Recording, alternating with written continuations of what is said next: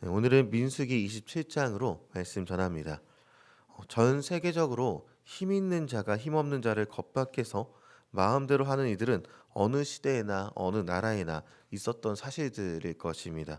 힘의 형태는 비록 물리적인 힘 혹은 경제적인 힘 아니면 인맥이거나 사회적 평판 등으로 여러 방향이 있겠지만 힘의 원천들은 달라도 힘 있는 자가 힘 없는 자를 눌러서 그의 재산을 빼앗았던 이들은요. 고대로부터 현대까지 끊어지지 않았던 이들인 것이죠. 돈 있는 자가 무죄이고 돈 없는 자가 유죄인 유전무죄 무전유죄인 시대는요. 이미 끊어지지 않는 병폐 중 하나로 여전히 남아 있습니다.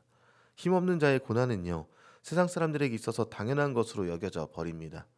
누군가는 열심히 살지 않아서 그렇다라고 얘기하고 누군가는 세상의 이치가 그렇다는 말로 얼버무려 버립니다.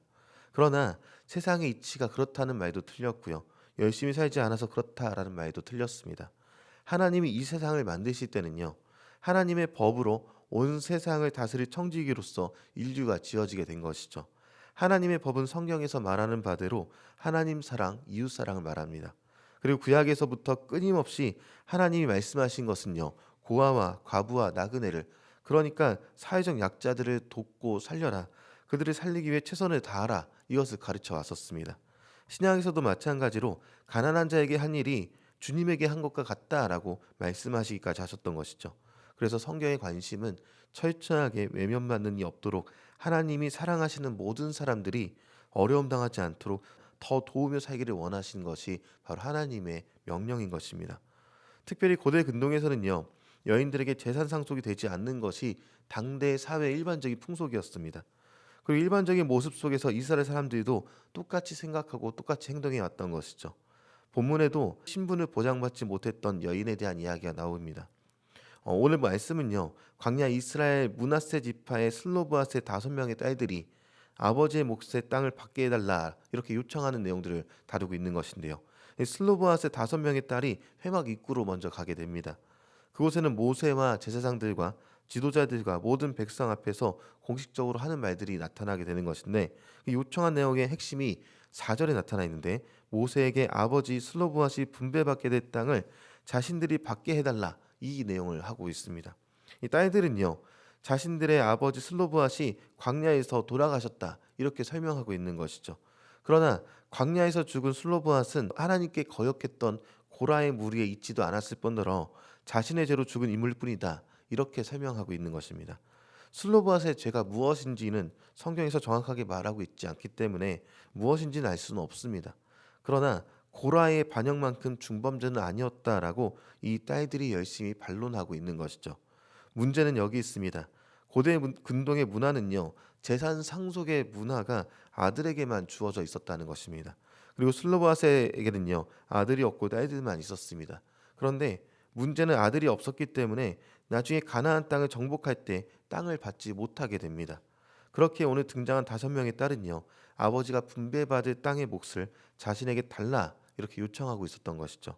당시에는 남성 중심의 사회였고 여성은 독립적인 신분을 보장받지 못했었고요. 아버지나 남편의 지위 아래에 있었습니다. 슬로바스의 딸들은요. 아버지도 없고 아들 형제도 없었기 때문에 가만히 있다가는 땅을 전혀 받지 못하는 일이 생기게 된 것입니다. 뭐 재산 문제로 여겨질 수도 있겠지만 이들이 욕심이 많아서가 아닙니다. 이렇게 요청하는 이유 중 첫째는요. 약속의 땅 가나안에 들어갈 것이 분명하다라는 그런 믿음을 그들은 갖고 있었고요. 그리고 하나님이 승리를 주실 것도 분명하다는 믿음을 갖고 있었습니다. 그런데 하나님께서 자신들을 이끌어 가셔서 약속의 땅에 들어갈 것도 분명하고 승리를 주실 것도 분명한데 그 다음에 자신들이 살아날 방법이 없기 때문에 요청하고 있는 것이죠. 아직 가나안에 들어간 것은 아닙니다. 싸워야 할 적들이 남아 있고요. 그들은 자신들보다 강해 보입니다. 그러나 이 슬로바스의 딸들은요. 하나님의 약속 자체를 믿고 있었기 때문에 가나안 땅의 사람들이 강하건 약하건 중요하게 생각하지 않았습니다. 그냥 반드시 약속은 주어질 것인데 그 약속의 땅에서 자신이 살 수 있도록 요청하고 있는 것이 바로 오늘 슬로바스의 딸들이 하는 요청인 것이죠. 그리고 모세는 이에 대해서 어떻게 판단해야 될지 몰라서 하나님께 여쭤봅니다. 그리고 7절부터 하나님은 슬로바스의 딸들의 말이 옳다라고 인정해 주게 되는 것을 보게 됩니다. 그들이 원하는 대로 아버지의 몫을 딸들에게로 주라 이렇게 말씀하셨던 것이죠. 그리고 하나님은 말씀을 마치신 후에 이스라엘 백성이 유산을 상속받는 법이 무엇인지에 대해서 알려주기까지 하셨습니다. 어떤 사람이 죽었을 때 유산을 아들에게 주어야 하는데 아들이 없다면 딸에게 주어야 하고 딸이 없으면 죽은 자의 형제에게 주라 이렇게 말씀하셨던 것이죠. 죽은 자의 형제도 없다면 그의 아버지 형제들에게 주고 아버지에게도 형제가 없다면 남아있는 가장 가까운 친척에게 주라 이렇게 알려주셨던 것입니다. 이 이유는 하나님께서 이 땅을 살아가는 사람들에게 있어서 누구도 소외당하지 않고 살아갈 수 있는 방편을 예비해 주시기 위해서인 것이죠. 이처럼 하나님은 은혜로우신 분이십니다.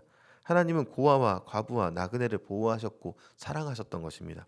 오늘날로 말하면 사회적 약자의 어려움을 외면하지 않으시고 동일하게 사랑하시며 이끌어 가셨다. 이것을 알려주는 것이죠.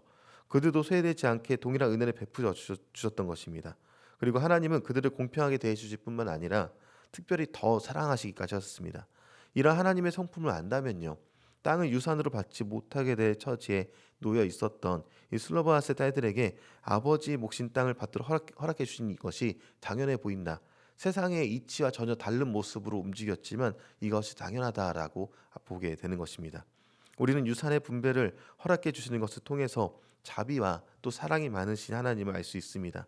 하나님은 모든 사람에게 공평하게 은혜를 베풀어 주시며 살아갈 수 있는 방법을 주시는 것이죠. 그리고 우리는요. 오늘 본문 말씀을 통해서 또 하나님의 은혜를 발견할 수 있는 것은요. 어떤 죄인지는 알 수 없지만 부모인 슬로바앗의 죄를 자녀인 딸들에게 적용하지 않았다라는 것입니다. 하나님은 슬로바앗이 죄를 지어 죽게 하셨지만 그의 딸들은 아버지의 죄와 아무 상관없는 자들로 대우해 주셨습니다.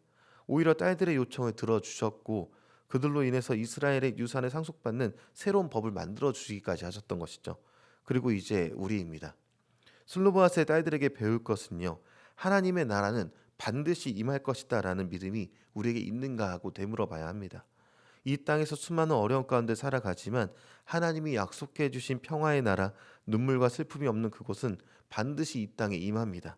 그때 슬로바스의 딸들처럼 강력히 그 땅을 사모하는 마음을 우리가 가져야 합니다. 주님의 나라를 사모하는 우리가 알 것은요. 은혜롭고 공평하신 하나님은 예수님을 믿는 자는 누구든지 하나님 나라를 상속받게 해주신다. 이것을 알려주신다는 것입니다. 이 세상에는 많은 차별이 존재합니다. 돈이 많은 사람과 가난한 사람, 학벌이 좋은 사람과 많이 배우지 못한 사람으로 나눠서 각각 다르게 대우하고 또 서로가 서로를 의식합니다.